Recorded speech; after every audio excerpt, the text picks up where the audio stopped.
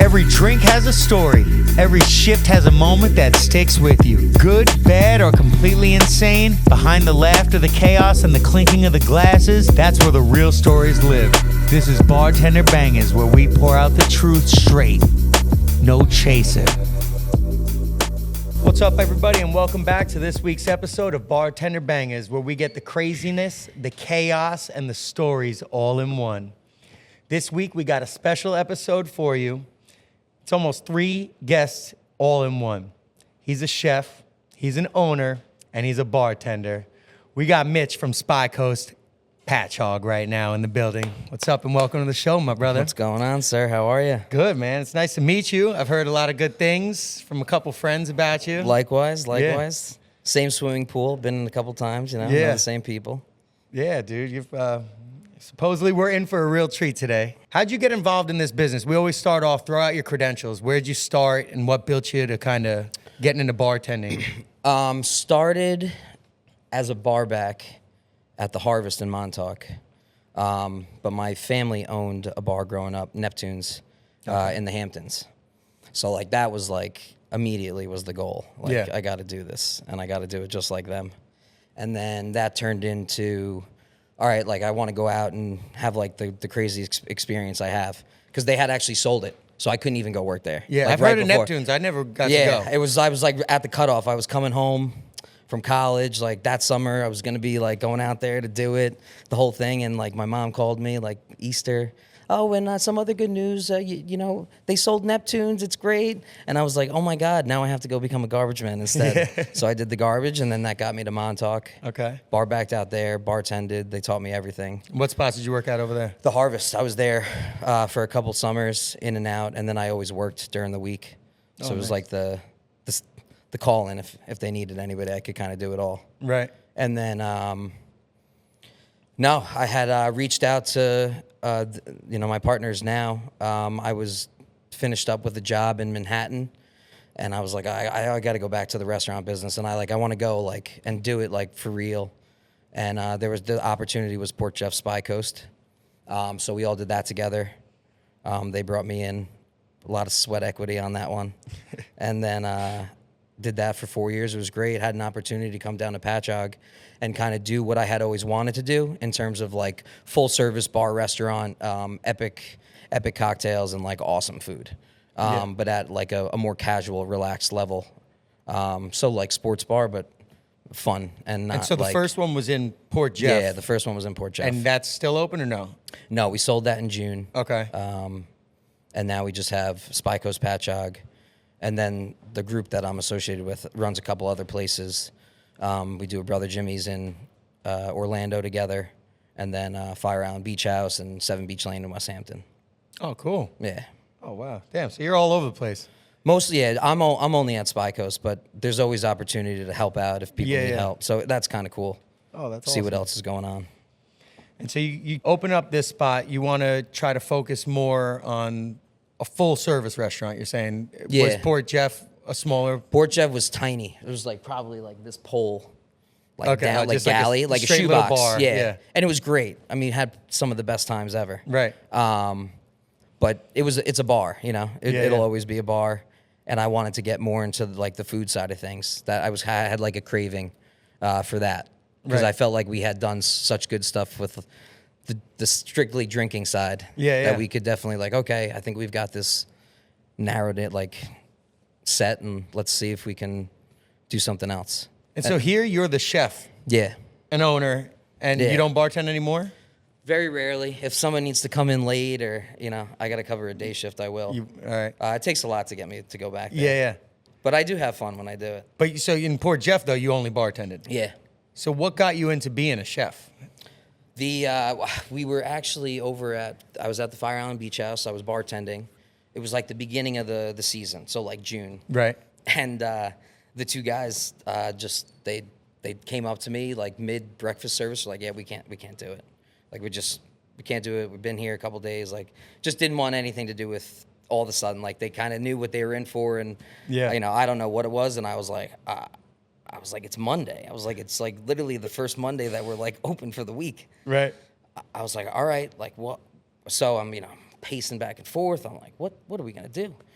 And I was like, I guess I'll just figure it out. And I went back there and like, you know how to turn on a fryer, you know how to work a pan. Like chicken quesadilla was the first order that came through, and I was like, all right, let's do it. And then like, just kind of jumped on the grenade for that summer of like, I'll just do it until we can find somebody that can like do it either with me or just get us through the summer, and we'll, you guys can reevaluate next year. Yeah. And I loved it because there's like action back there that nobody, unless you go to a place that has that open kitchen concept, like the action back there is like, it's like palpable. It's like you're competing. Like, and when it's open kitchen, I don't think you get that same action as like because when you're in the back. It's a whole different. You can't be real. Like, like not that anybody's like really yelling these days, but like chicken pizzas are coming through. Like, nah, it's not like that. But it's fun. Like, you're some nights, Friday, Saturday. Like we do these Teachers Eat Free Tuesdays, and like it's me and one other guy back there, and like we make it happen. Like it's awesome. And what is that? Teachers Eat Free? Teachers Eat Free on Tuesdays. We have like a special menu for them. And they come in, they show their credentials, and they get a free meal. You guys hear that? Teachers Eat Free Tuesdays. Teachers you got to Eat call, Free though. Tuesday. They got to call. Okay. They got to follow directions. They got to call. Yeah. Teachers should be good at following directions. Exactly. I hope. You would hope. You would think. Yeah. But no, we do that. So that's like one night a week where like I'm back there, and it's me and him. And we just rip it. It's great. But that was it. I fell in love with it, and I figured like I could kind of do this. And I had like a real like hankering to do it like at like a higher level, I think. Not just like throwing mozzarella sticks in the something like that. Like really like kind of creating plates and stuff. And that just led to like we do all this catering and like people just giving me different opportunities left and right to like get to I guess this point. Yeah. So. Oh, that's cool, man. So two guys walked out, you had to step up, and here you are chefing at your own restaurant. Chefing it up. That's so cool. And what like some of the dishes you've created here that you're like super proud of? Like what's one dish that I mean the chicken pizza. The chicken pizza is like hands down. It's the greatest shareable appetizer that it doesn't matter what level you think of dining. Yeah. You could throw a chicken pizza in and it would like wouldn't like unclass something. And just the whole crust is made of the whole chicken. Thing is a giant chicken cutlet. It's like just a giant chicken cutlet that we slice up, and you get like, it feeds like 2 to 3 people as like a good appetizer, right? That's solid. But it's a home run every time. We do like different one. We do like a fig and burrata, buffalo. So we tried to take that like like that sounds pizza. like a dream of mine. And it's keto. Apparently that was a big thing a couple months ago. There you go. A nice little wave that we rode. Keto friendly chicken pizza. And some drinks that you have here, you've blessed me with one right here. You want to describe this for the people? That is probably the greatest margarita known to mankind. Yeah, it's delicious. What's it called again? That's the Papaya Fuego. Papaya Fuego. It is sweet, spicy, and perfect. I could drink 100 of these.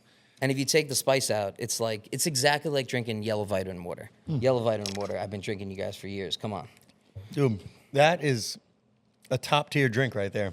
Yeah. That is so good. Honestly, I could drink a dangerous amount of those. They're crushable. That's probably one of the number one drinks that we have.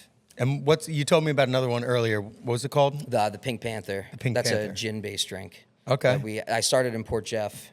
It's like this Condessa prickly pear gin. Okay. A little bit of mint, prickly pear juice. It's a home run. All right. So early on, when you first started bartending, was that at Spycoast in Port Jeff? Or no, that was at. I started. They started letting me bartend at the Harvest. During like the fall, like the off season, and then I had bartended a couple times, just like people would call in, like, hey, could you help us out, whatever.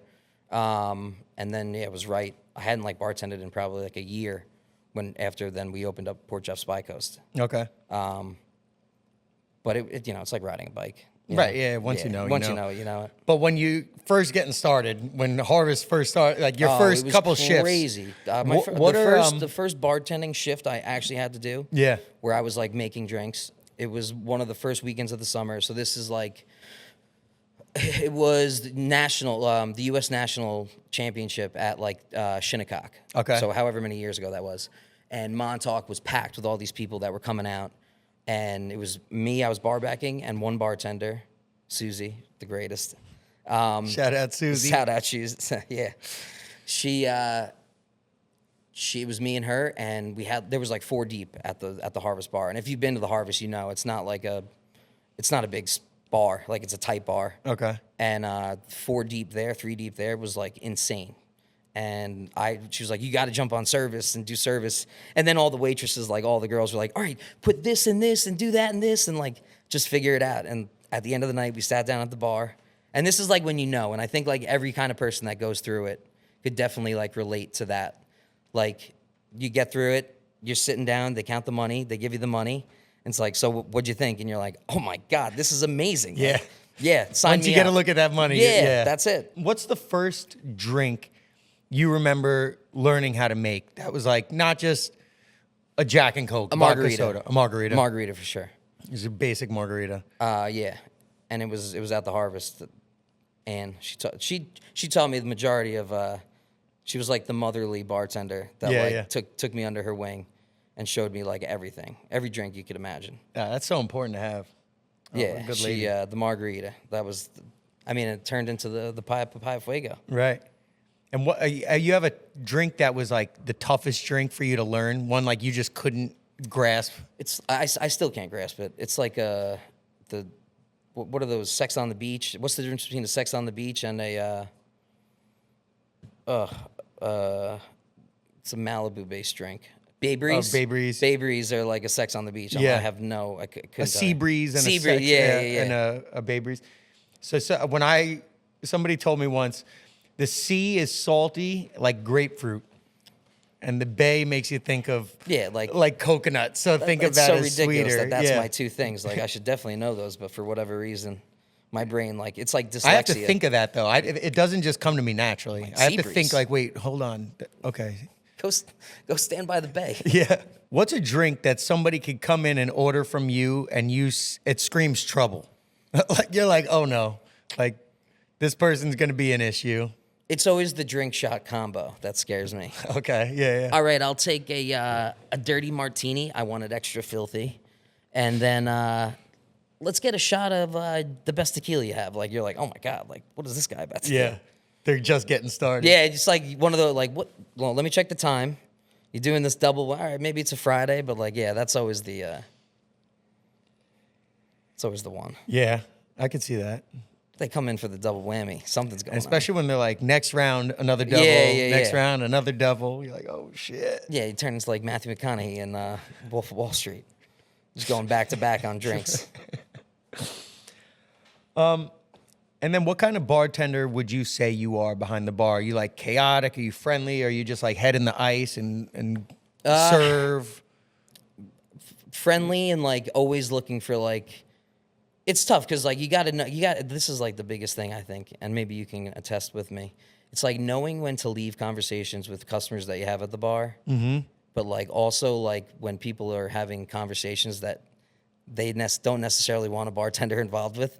There's like a good like in between of like knowing when to communicate to people and like be like overly friendly, and then also knowing when you have to like clean the liquor bottles at the end of the bar, like keep up on what you got to do. Yeah. That's when you prep for the people coming in later. Right. I think I fall in between there because it depends on too like what kind of like if it's a crazy Friday night, like how friendly are you getting? Are you ripping shots or? I'm sure you've had some wild stuff happen at the bar. Some funny customers, right? You get a lot of locals. From like Port Jeff to here, doesn't matter.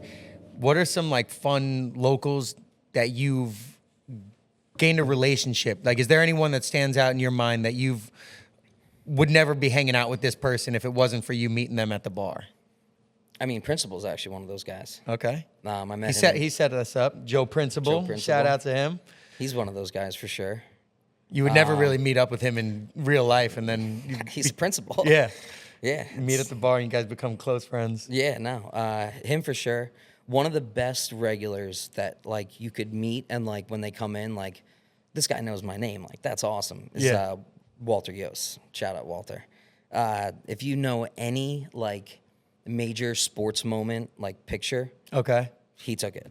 Like he's the Oh, he's a GOAT. big photographer. He's the greatest of all time. Sports Illustrated, like, and he used to come in with his buddy to the Harvest, and they'd sit down for like a long dinner, and they would tell like he would tell the most epic stories. Yep. About like shooting like the Barbie Sports Illustrated, like whatever cover, or like going out and doing like Michael Jordan shoots or stuff like that. Right. That was like one of the coolest of like all time regulars. Because he would come in and just like, he'd have a couple of tequilas and just like hit you with all these things. Like, oh my God. Like, and there's like 30 other people at the bar, like waiting to get served. That's one like, of the stories you this can't guy's get telling away a crazy from. story. Yeah. Like, what's some of the weirdest drinks you've ever gotten asked for? I said like in the past episode, like somebody asked me once for a milk and tequila with an orange wedge, and I thought that was so weird. Milk and Jaeger. Milk and Jaeger. This happened like not too long ago either, because they came back and they had to ask for milk, and I was like, they got another one. Like they drink that. They ordered a milk and Jägermeister, and like the bartender had to come back and like get milk. Milk from the And kitchen. I was like, milk, like for what? And they were like, someone wants a milk and Jägermeister. I was like, what? That's the weirdest thing I've ever heard. That sounds. I never like the had weirdest like thing I've ever heard. like standout. Yeah, I mean, that's that right there stands out big time. Yeah, that's Holy- crazy. Yeah. Wow. I just think about upsetting my stomach like that. That could topsy-turvy you. Yeah. Real quick. Definitely. And then, like, what are some fun shifts? Like, there's always, like, for me, like, 4th of July is, like, an ass-kicking but a fun shift. Like, we're all dressed up. They got the parade going on. What are some fun shifts that you have in your career that stand out? Christmas was always fun. That was, like, the big one that stands out. Christmas night in Port Jeff, Spycoast. Christmas night gets dangerous. Yeah, because I always look at it as, like, Christmas Eve, you leave work, you go meet up with your family. You're with your family all Christmas Eve. Christmas Day, you do the presents, you have like a brunch. And then by like 7 o'clock, 8 o'clock, you're like, all right, I've had enough of like everybody, like time to go out and like do something. But that, like, maybe that was just the age too. And that was always like, and it was always like your closest friends that would come from like, they were home from Manhattan or home from another state, and like the whole bar is filled with everybody. And it's like everybody that you'd want in the bar, perfect amount of people. And you just have like the best night ever. That because, you know, everyone's like overspending on grandma's money that they just got. Yeah. Pockets a little fatter. Yeah, it was just it wasn't. Yeah, it was just a fun. You just knew that it was going to be fun. Any stories from those nights? Because I'm sure there was some wild shit when you have a whole bunch of friends in the bar. I just remember everybody coming in like the next day or like taking the next day off and sending a hate text about how much they were overserved or because I mean, just a lot of drinking. I'm sure it was always like, let's start drinking something we've never tried before, like some scotch that's been sitting up there for I don't know how since we've opened, right? And like the whole thing would be gone. And like, people are dying the next day. Like Sandlot when they're on that ride. The yak and everything. Yes. That's exactly what I think about. You're holding back a little bit, I could tell. Give me something crazy that happened on those nights. Somebody broke that bottle in the parking lot when you finished it or some stupid, you know. No, I think the craziest night. I remember like crazy things happening. Like, you know, like there's always going to be like a standoff between guys and you got to try to act. And I had gone to like leap over the bar and my shirt like got stuck and like ripped and also fell backwards back behind the bar. And I was like, oh my God, like and then had to run around, proceeded to run around the bar to like intercept what was going on. Like stuff like that, like funny stuff to me. And that's kind of inevitable. Like the standoff, like bar, when everybody's drinking, you're going to have like people butting heads. What is like your go-to trick? Like if you were going to tell a brand new bartender, hey, if you see two dudes about to get into a fight, this is how you should handle it. It was always like yo, guys, come on. Like, we're not doing this right now. Like, why don't you guys just take your drink, separate side, like, take a second. Because, like, if you guys have to get into it, then, like, we all got to get into it, and it's just going to fuck up everybody. Right. That was, like, always the route that I tried to take. Because it was like, do I... calming. Yeah, because, like, now I'm going to... like, you start yelling, and then they're like... You know, they think Napoleon's yelling at them. And it's, like, not the look that you want. Definitely not. Yeah. Yeah, there was, like, always a couple times where, like, people would, like, like it would turn on you now because like you're trying to break it up. I'm like, now I'm the bad guy. Like you guys are about to start like busting your skulls out, and like I'm in the middle, like all 5'5" of me, like, all right, let's wrap it up, guys. Take it outside, like. Didn't you guys come here to have fun? Yeah, like what happened? I'm just trying to tell you guys to do Whose that. Jordans got stepped on? Like, what? No, I'm good. I'm clean. I'm clean. Free. No, yeah, it's always it's always funny. Yeah, night shifts are always crazy, but day shifts are a different kind of crazy. Yeah, right? Like day shift, you get a whole different kind of person. If you're ready to get drunk during the day, you're ready to go. You got any like wild fun stories from a day shift that stands out? Oh, like a customer like that comes in, drinks, everything's fine. They come in. This was Port Jeff, I think. Yeah, Port Jeff. It was like covering a day shift for somebody on like a Tuesday. Yep. Guy came in. It was like ranting and raving that like it wasn't the same place that it used to be. All right, like yeah, it changed. It's all different. Like, and well, I don't like it or whatever. Didn't like it, but stayed. Kept drinking. Kept talking about how he didn't like it. And then proceeded to get so, like, just, I don't know what happened. Just, like, a light switched. Guy leaves, comes back a couple hours later. Oh, I've never been here before. What place is this? Like, I was like, did you just go take a nap at Danford's and, like, just wake up for the first time? That's probably, like, the craziest, like, just individual that I've met during a day shift. Like, yeah. Dude, you were just here like 4 hours ago. And he completely blocked out the whole experience. Completely blocked out the whole experience. I never saw him again. I don't know if he was somebody from Connecticut that like stumbled his way over here. Right. You know, some of the people that are like passing by, if they're like coming out of like the Hope, like things like I've noticed that you get like some people that are just living in a different world. Yeah. Sometimes they would straggle in, right. And you're like, yeah, you know, I got a house in Southampton, and I'm like, dude, I do not think that you have any of these things. You're carrying around a shopping bag with your whole closet in there. Like, what are we doing here, buddy? Yeah. So you'd get like some funny guys like that, but people feeding you some ridiculous stories. Just like you're like, what? This isn't real. And then from Port Jeff, what's a shift from that bar? Like from before you came here and started owning, what's a shift that stands out? Like one shift that lives rent-free in your head? Thanksgiving Eve the first year, definitely. Because that was my first Thanksgiving Eve experience like that. Yeah. Like not at like more of a restaurant where you're like, yeah, this is like a bar. And like everyone's home. So now I'm on the other side of the bar. It's like people that I grew up with are there. And I just remember the place being packed like sardines. Like it was crazy.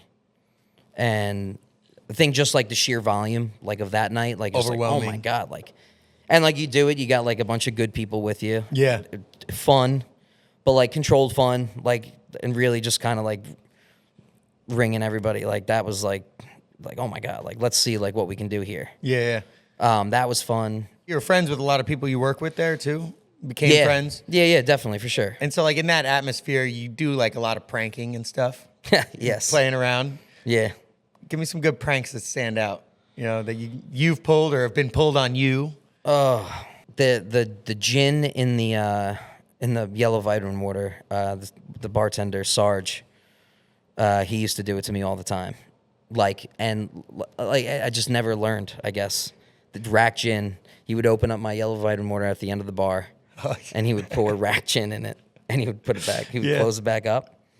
And I never smelled it. Like I never like, and he would always just get me so bad. Yeah. That was the worst because nobody wants to drink rack gin. Nah, especially when you're not expecting it. No, that is. You're going in to chug some yellow vitamin water and you just get. That was bad. That's pranked.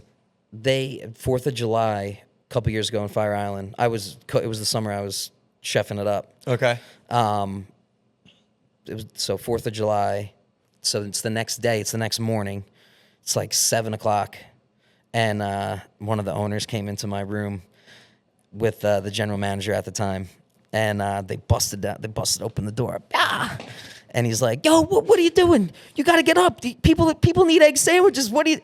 And I woke up in like sheer like, what? Oh my God, panic. Yeah. Like, oh my God, like I got to get up. And they started dying laughing. They're like, dude, relax. Like, we were just messing around. One of the coldest things anybody could ever do. And I remember being like, dude, you have no idea what you just, like the whole day being like over dramatic. Like, I can't believe you did that to me. Like, that was the worst. Oh, Especially after after a weekend like that, after working 4th of July weekend, you're like, you know how many chicken fingers were made that weekend? Oh my God. Yeah, you're like looking forward to that bed. You're like finally asleep and they come wake you up. And then you wind up going out and joining in the festivities and having a wild night out in Fire Island too. Yeah. So it's and it's not a quick walk back from Ocean Beach to Ocean Bay Park. People forget. It's only 1 mile, but when you're drinking, it feels like 100. It's crazy. Yeah. What are some funny or like dumb customer questions that are like typical? Like they come all the time. Do you serve food? No, we have all these tables for no reason. Do you serve food is always a good one. And I don't know why that's a thing. I mean, especially looking around here, like you guys have plenty of tables, menus on the tables. Yeah. It's pretty obvious. Do you guys serve food? We, food wasn't a big priority in Port Jeff. We had a good menu, but then down here, just like the pure size of our kitchen and the guys that I can have back there work with me. That's right. So you can kind of do a lot more with that, for sure. So I think that too is part of like the reaction to the question. Like, well, yeah, have you seen the size of our kitchen? Like, obviously they haven't, but like immediately that's what my brain goes to. Right. Yeah, we cook amazing food. Of course. And then what's changed in you since like going from the old location as a bartender to coming into this location? It's bigger. You're now an owner, a chef. Like you've taken on different roles. I think the level of hospitality that we try to portray or try to like exemplify to the guests now. As good as the drinks and the cocktails were in Port Jeff, a galley bar like that, you get groups of people in. It's a bar hopping town. Yeah. Kind of building up relationships with our guests now, like that come in repeatedly for like either the new special of the week or if we do like some kind of unique ticketed event. Yeah. Like, we've done everything from paint nights to candle making, cookie, whatever, gnocchi making. So things like that, and seeing that there's like a following of people that kind of want to jump behind the brand and come in and like experience it with you. Yeah. Like we had a book fair here a couple months ago, like an actual like imagine being a kid and going to a Scholastic book fair. Yeah, but for adults. And like you walk around and you get a cocktail and there's like all these appetizers and we had a coffee bar and like we moved all the furniture around and it was like the space here is obviously unique. But like being able to do things like that and like think outside the box, that's probably been. And so you guys do a lot of different events like that. Yeah. Book fair, paint night. I literally feel like we've done everything. We did a pop-up over the summer.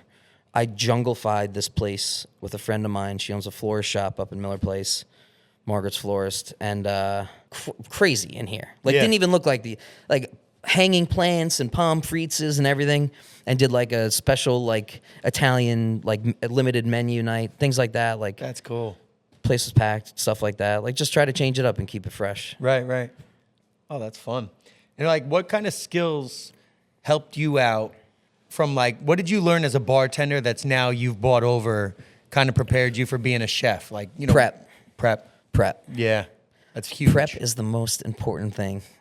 Prep is like the most important thing in any job, and as long as you realize that is like the only thing that's going to get you through. Yep.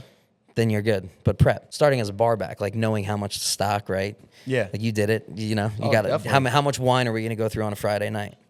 You get the bus bins out. You fill them with ice. Like just thinking like that. Like all right, I got to keep 8 cases of rosé cold. Like there's no extra cooler. Like not going in the walk-in. Right. Things like that. And if you could tell 25-year-old Mitch one thing about this industry, like give him a heads up, what would you tell yourself? It's ruthless.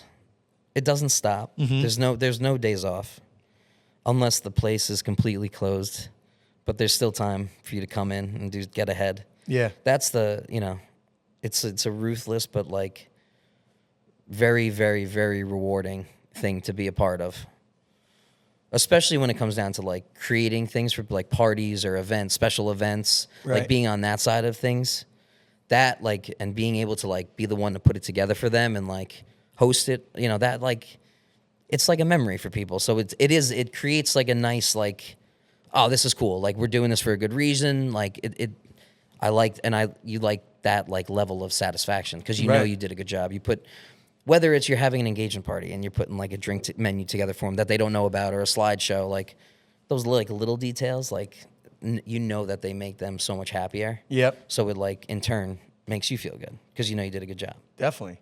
And as a owner, chef, bartender, you gotta, like you said, you gotta get your hands dirty. I'm sure you've seen some bathroom disasters. Oh, it's crazy.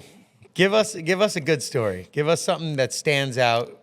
Again, it could be from any of the places. It doesn't have to be. Poor Jeff. The bathrooms were just always an issue down there anyway, for whatever reason. But this wasn't even the bathroom's fault. It was some guy just had a horrible accident on the wall and missed the bowl, except like one little corner of the seat. It was one of the worst things I've ever seen. Oh my gosh. Yeah, Terrible. I couldn't deal with that. That's when I call in and like tip out the bar back extra. It was horrible. That was like that was the worst. Couldn't believe it. I mean, the guy missed. I don't even know how was he sitting? You know, you start thinking about like you start reenacting and then like someone opens the door to you, like reenact. You're like, no, it wasn't me. Like You look like a deer in headlights. Like, what the heck, man? What happened? That's all you want to just ask. You're not even mad. You're like, dude, what happened? Yeah. Like, how does that happen? I'm just so curious. Yeah. Anything in the bathroom's always, but that's always like, how does that even happen? Right. Volatile in there. Yeah. Anything could go wrong in the bathroom. I remember one time we had a girl, I was working at the bar. She went to go use the bathroom. She came out, you know, a minute and a half later, whatever, normal. And she comes and sits at the bar, and it's like 10 minutes later, and some girl goes to go in the bathroom, and there's water coming out from underneath the door. And we open up, and she had, I guess, fallen into the back tank and broke the entire back tank off. So there was just water flowing all over the bathroom. No, we had we asked her, and she denied it, the girl. That's crazy. Yeah. We had somebody take off, there were cabinets that were like screwed in, and it covered like the on and off for the water main for the building. Somebody figured out that was back there. This was in Port Jeff. Right. And they turned off the water at some point, like on a Saturday night. So now, like, didn't really realize Saturday night. And then all of a sudden, the next day, we come in, Sunday, we're, you know, getting ready, and, like, the water just doesn't work. And, like, you're talking about, you're looking everywhere. You're looking for a major leak, one. And you're like, where is this leak gonna be? And then you go to find out that, like, someone had like lifted off the thing, and turned the main off. Like, how do you even figure that out? And what kind of prank is that? Yeah, it's probably a plumber. It was Oh just like, my god, screw these guys. That was like just so insane to me. Talk about a prank. That's like the ultimate prank. You could go into every restaurant. That could be a TV show, a skit. Just turn off the water in the middle of service. Screw them. Yep. Terrible. Please, nobody do that idea. Yeah. There's no water mains in here to shut off. There's none. Right? Yeah, so you're all good. Yeah. Don't worry about it.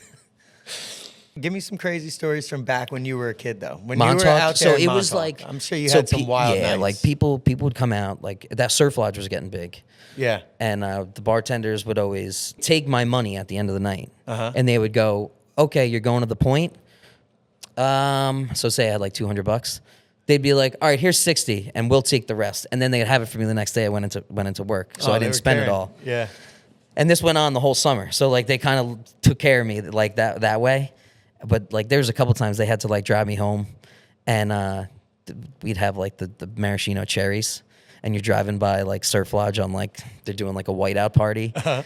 And you're like launching cherries, like, how you like that? Go back to the city. Like ran at them. Like, I mean, just terrible like pranks to like pull on people. Yeah. But like, But they're wearing all white, and you're launching cherries Oh my God! at 'em. Like, get out of here with that. Like, what are you doing with those fancy shoes on? Like, you're at like a pond party. Right. But no, it was like very funny. Yeah. And like to be a part of it with like these two ladies, like, come on, That's awesome. that's a good time. This is a good story. Yeah.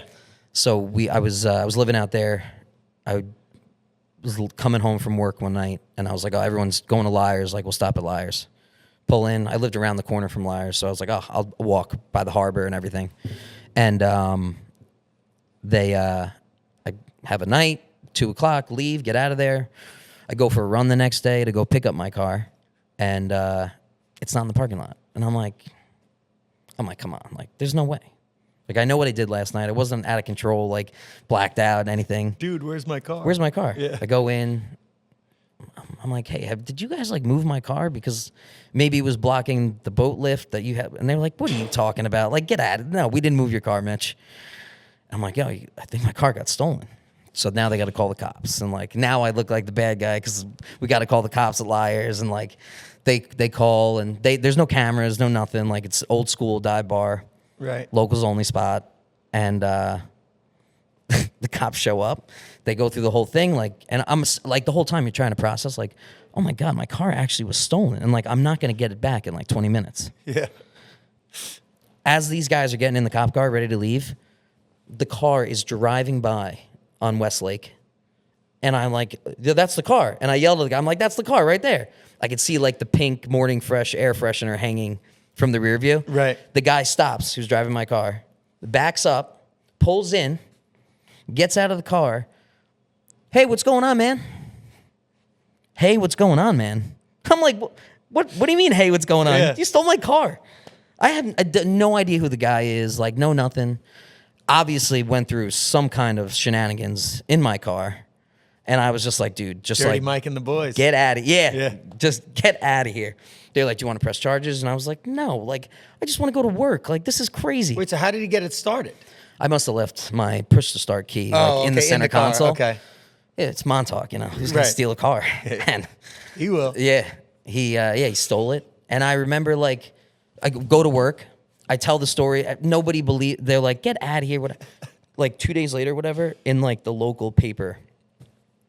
Mitch LaBianca, car stolen by a friend, whole big thing. I'm like, what? This is like the biggest like joke ever. Nothing true. I was like, come on, like they don't even get this story right. This is Yeah. like big news out here. That was like, So you got your car stolen and then returned to you. returned within like an hour of like reporting it stolen. The guy just drove, and he left it on E. He couldn't even like fill it up a little bit. Yeah. Talk about the audacity. You needed to go run around a little bit. Yeah, it's crazy. Pick up a girl. Oh, I don't know what he was doing. He looked Yeah. Working out in there, you probably met some celebrities. Chad Smith. Okay. Drummer for the Red Hot Chili Peppers. Yeah. That was one of the most like of course, I grew up playing the bass, big Flea fan, Oh, love yeah. Red Hot Chili Peppers. You get takeout orders. So the bar handles the takeout. So I get the takeout, you get a little post-it note with the name of the person. Chad. You're like, ugh, who's this guy gonna be? And all of a Chad sudden, and Montauk. yeah, Brad and like come on, Chad, like put yeah. it together. It was like the ultimate like ticket to get. And all of a sudden, you know, the food comes out. I got all these takeouts. The guy, you just hear behind you like, hey, what's going on, man? I'm here to pick up takeout. And I was like, oh yeah. I'm still looking. I'm like, oh, what's the name? He's like, Chad. I was like, oh okay. And I turn around, monster, he's like 6'6" or something. He's a massive human. And I was like, yo, what's up, man? I was like, I got your burger right here. I was like, you like didn't even know what to do because I was so caught off guard. Right. And a little bit of what do they call it? Like the fan? Like you start like freaking. Yeah. Yeah. Still He's a big, starstruck. yeah, starstruck for sure. Like, oh my God, this is Chad Smith. That was a big one. Scarlett Johansson had come in. That's pretty big. That was a big. Her and Colin, her husband, Colin Yost. Oh, yeah. The SNL guy. Yep. They had come in together. I didn't even know they were married. But didn't recognize her at first, and then she was by service bar, and then she realized that like it was the service bar. So then I think she thought I couldn't make her a drink, but could have made her a drink. One of those situations. Yeah. Super nice. Like, yeah, she was there. There was I'm trying to think who else. I mean, there was a boatload of people out there that like you would never, but like you kind of kept it. Yeah. Try to play Those cool. are two pretty cool ones to, Paul Simon had picked up takeout one night. That's There's another pretty cool, one. yeah. And what would be the craziest tip you've ever gotten while bartending? I think maybe at the Harvest we probably got like a $1,200 tip from somebody. Shit. Yeah. It's a new show record right here. 1,200. I wish there was a way that I could go back and like get it. Yeah. But yeah, there was a couple regulars that used to come in. They'd get like the Silver Oaks ready for them. Yeah, yeah.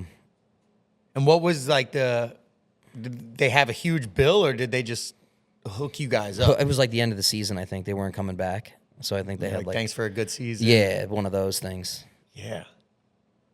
I want to say that's along the lines. 1,200. That is a nice one. Everybody's looking at each other that day like, Oh yeah, let's go. I mean yeah, but there's been some good nights. There was a lot of good nights out there, honestly. Yeah. But I think for the bar, that was probably the biggest one, for sure. Like, holy shit! Like, all right, do we just pack up now? Like, Right. yeah. Bartending, what would you rather serve, beers or cocktails? So if I was hungover, I'd rather serve beers. Yeah, of course. Obviously. But now I think I'd want to serve just cocktails. Beers are the equivalent of putting French fries in the fryer. Yeah, definitely. That's how I look at that. It's like, all right, it's not really cooking. Like we're just like doing something here. Yeah. You don't need a bartender. We're just with the in talent to between do guy. that. Yeah. So yeah, the cocktails now for sure. And when you did bartend, Friday or Saturday night shift? Because they're two different animals. Friday used to be a lot of fun in Port Jeff. I don't know what it was, like just a lot more people went out on Friday night. Like coming in hot after the weekend, summertime. That was always like a fun night. And we had a different crew of people on Friday night that, like Paige from CJ's, she used to be there.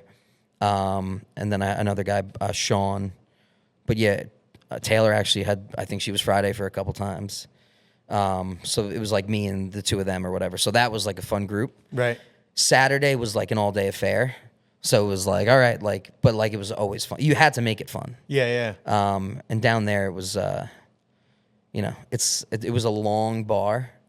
So you could have like a lot of fun throughout the day in different spots with different groups of people. Which one are you picking if you had to pick to work just one of them? Which one did you like? Friday. Friday night? Yeah. Yeah. It was just always, I never had a bad Friday. What would be your favorite drink to make overall?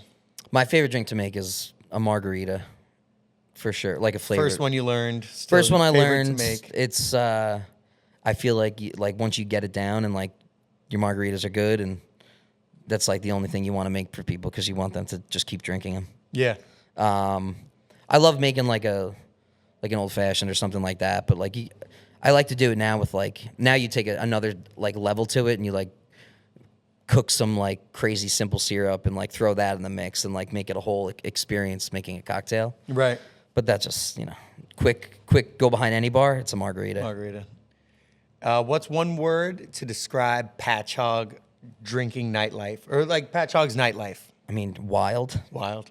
Wild. I feel like I hear that about Patchogue. It's Yeah, got but lively... a tamed wild. Right, yeah. Just. But everybody's having a, you know, it's like everybody wants to have a good time, which is good fun. Yeah. What would be a shot in Patchogue that everybody's ordering or that you would ban? What's one that like? Green tea. Green tea. Get it out. It's done. It's too long.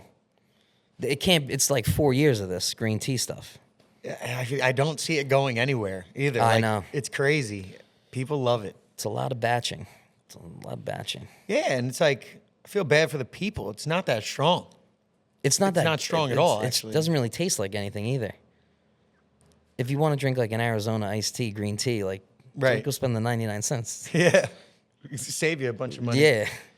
Yeah. No, I think the green tea for sure. We need the age of like the fun cocktail shots. Yeah. I think that's what we need. I think that would help. We just started doing the beatbox Jägermeister shots. I don't know those. So it's like a bomb, but you add beatbox to it. We get these like mini beatboxes. Yeah. We did it on Thanksgiving Eve. They were Like the cardboard ones? yeah, but they're small ones. They're pretty cool. That's been like a big one. Maybe that'll become a thing. A beatbox bomb. A beatbox bomb. That sounds like a hangover. It's like blueberry lemonade. So you do the Stoli Blue Yeah. with the blueberry lemonade. Bomb. Yep. All right, we'll have to give We that might a have to try. bring that one to Might have Sandbar. to try it for the people. Let them know. Yeah, no, the flavored shots for sure. That's got to take off. Most overrated drink in America right now. I mean, the cans are getting crazy. Cans are crazy. And I think they're so overrated, but I'm also the one drinking them. The problem is they're so good. I mean, Yeah. I loved drinking Sun Cruisers. But yeah, I just don't know what the next take is. I don't know what the next thing could be. Like where it's going to go. Yeah. I don't think you could have called Sun Cruiser, 5 years ago. If you told me there was going to be an iced tea in a can, No. I'd be like, And we'll or see. like flavored lemonades. Right. Didn't think that, especially took after over the the high world. noons. Like now, people don't want the bubbles. I guess. That's how I feel about it. Yeah. But I do I'm like, why are we drinking these things? But I can't stop Can't stop. myself. Yeah. No, they're I'm all they're about it. crushable for sure. And if you were to put your old location's crew versus the crew that's working here Oh, in a beer Olympics, we had some main. Port Jeff would win. poor Jeff. Port Jeff would Some win. big drinkers over there. Yeah. Yeah, we had a good crew. I think everybody it was the right age of everybody's life too. Yeah. Because we are a little bit older, a little bit more experienced over here. You know how to run the restaurant a little. Yeah, there's just a little bit more like, I don't think we need to do any of that tonight. Yeah. Where do you see Spycoast in 5 years from now? Slinging chicken pizzas, Just doing what you're doing now better. doing what I'm doing now better. I think maybe hopefully on just a bigger scale, whether it's another place. But no, just kind of what we've gotten to here has been great. So just kind of growing that, continuing to grow that and grow the brand and let people know that we're slinging some awesome food and cocktails. Yeah. Would you ever go back to opening like a cocktail-driven bar? Yeah, 100%. You'd want to move forward doing that again. Yeah, definitely. You're not away from that. No, I think that especially the way things are going too. Like, big is great. This space is great, but there was something about Port Jeff that was very intimate and made big events with groups of people, big or small, feel very much larger than life. Yeah. Whereas here they still feel larger than life, but there's still. It was kind of just like you were the only ones in the world when you were in that bar for whatever reason. I don't know what it is, but that was always how I felt when we had those great nights down there. Right. That there was no, and we had a garage door, so the door would be open half the night, and you could sit, but there was nothing else going on. Oh, it's nice, on a summer night. Down by the water, yeah. Yeah, That was yeah. that was the one thing about it. You get a nice sunset. There was something about it that was, and a classic long bar. There's not a lot of places like that anymore. But I would definitely go back to that for sure. If you could relive one shift from your entire bartending career, beginning till now, when would it be? Fire Island Beach House, the Kentucky Derby party. It was the first year we did it. So we hadn't even opened up Port Jeff Spycoast yet. And COVID was over, kind of, not really. But it was beautiful out. And it was the first time that there was an event that I had been to anyway, or most of these people had been to, where there was going to be 300 plus people there. And you're just going to see if people are going to come in with masks, you're going to know how it's going to go. But if they come over with no mask, then this is going to be one of the most epic days ever. And I was bartending the outer part of the bar at the hotel bar. And I had all my friends come out. I mean, there was 300 people. Yeah. Everybody, anybody that was friends with the ownership over there, and anybody that was working, and it was so much fun. And you just slung zippies all day. Still is like that. Drink, taking shots with everybody, having a good time. It was so much fun. Yeah. Yeah, by far. I'll tell you the worst bartending night I ever had. Let's hear it. My Michael Jordan night. 3 years ago, Port Jeff Spycoast. Was out Tuesday, the night before Thanksgiving. Crazy night. And you like wake up just terribly hungover. And you're like, oh my God, like I have to go do one of the busiest night of the year. Yeah. Like, all right, you try to get through it. All of a sudden, like start not feeling good like throughout the day. And I think I'm getting sick. Like what's going on? Come down with like a massive fever.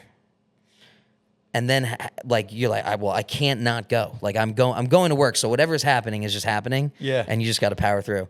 Fever, like you're getting like the sweats. All of a sudden, you're like, oh my God, like I'm gonna like die, bad. croak behind the bar. Thanksgiving Eve, it was like year 2 or whatever, and I was like basically on my deathbed behind the bar, like serving high noons and beers and like the worst. Yeah. That was by far the worst.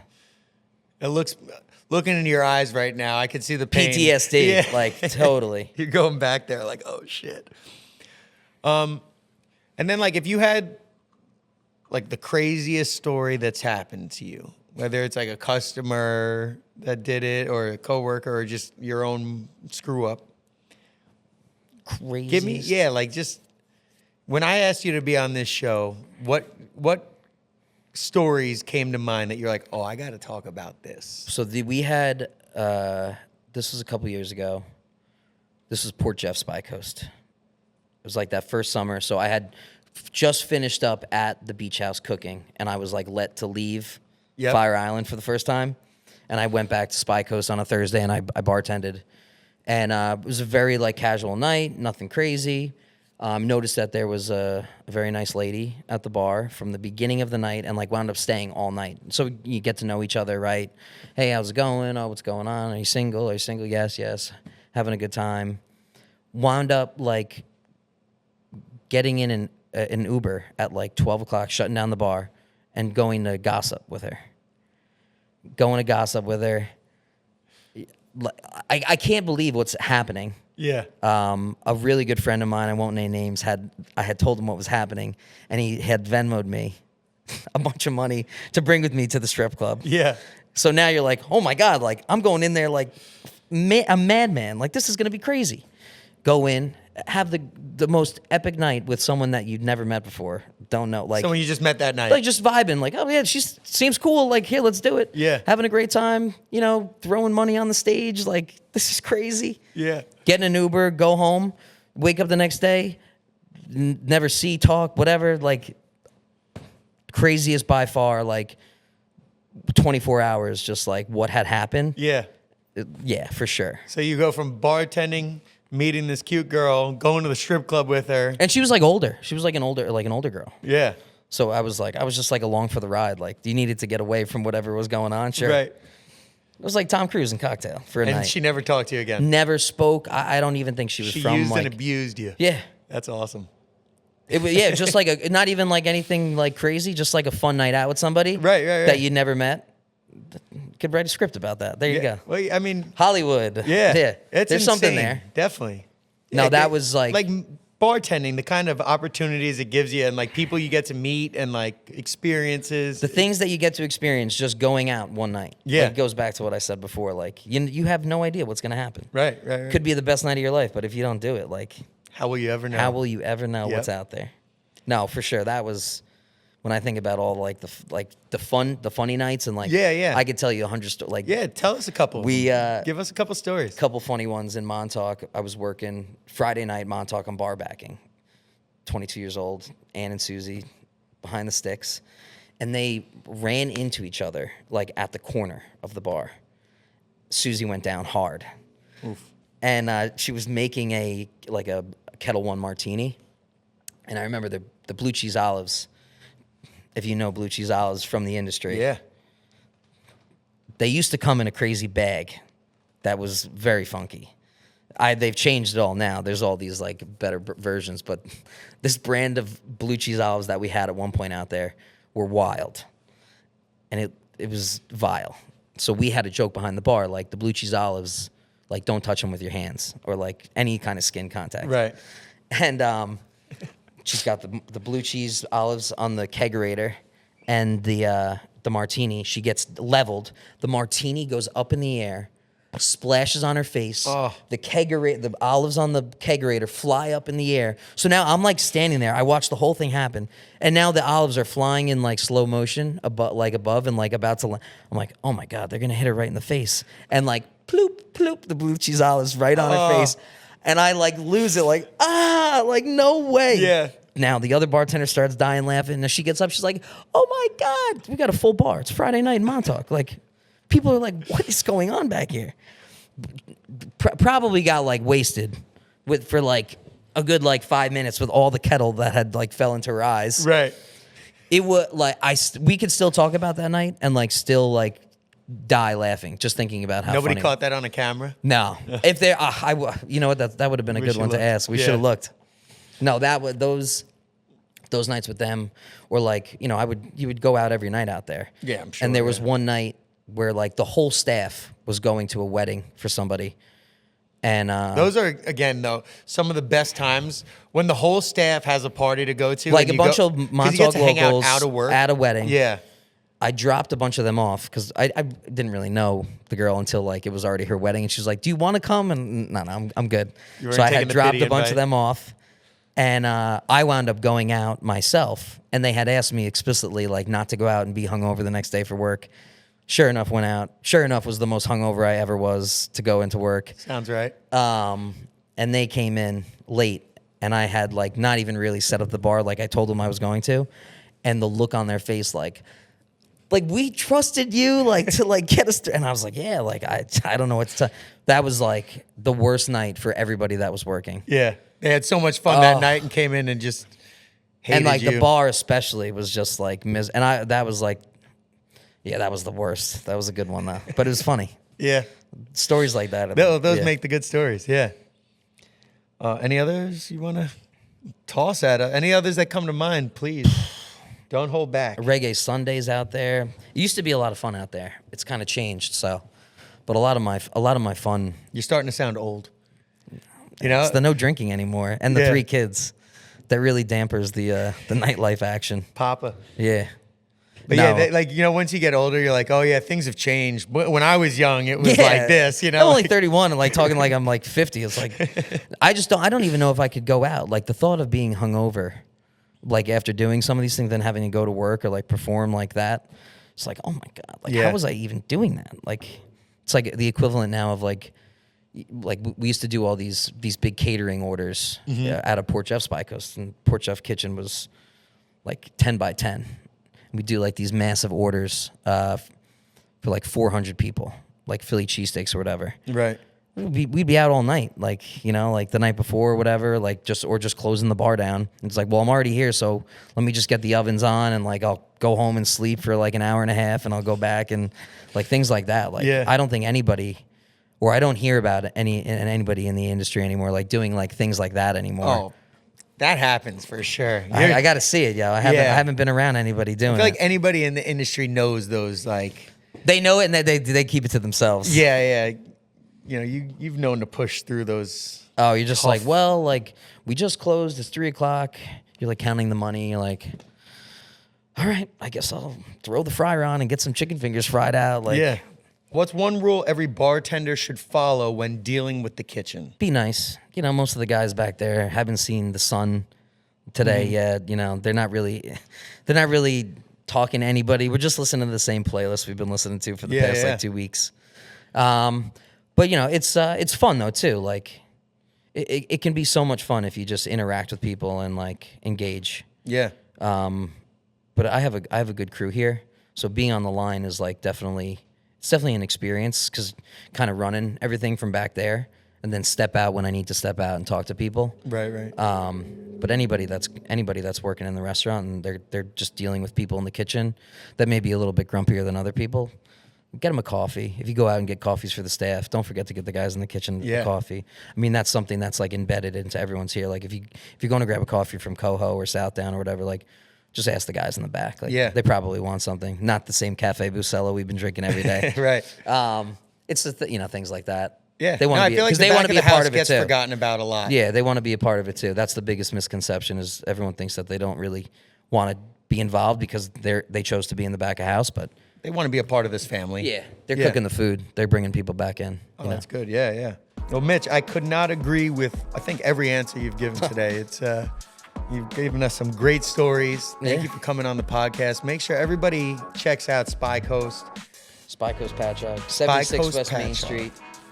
We have elevated food I finished and great this. cocktails. Papaya Fuego. Try one of these, or the Pink Panther, you said? Pink Panther got the Christmas cocktails out now. I'll try one. I'll try those after this and let you guys know. And you got to come by and try that chicken pizza. Yeah. Yeah, that's literally the real sounds like deal. a dream to me. Big shout out Spycoast for letting us film in here. Big shout out to Mitch for being an awesome guest. Thank you everybody for watching this week's episode of Bartender Bangaz. Make sure to like, follow, subscribe on Instagram, YouTube, Spotify, wherever you get your podcasts. Make sure to subscribe. Make sure to subscribe. I'll say it again. We appreciate everybody. I'll catch you next week. Make sure to keep your weekends banging and not boring. Peace.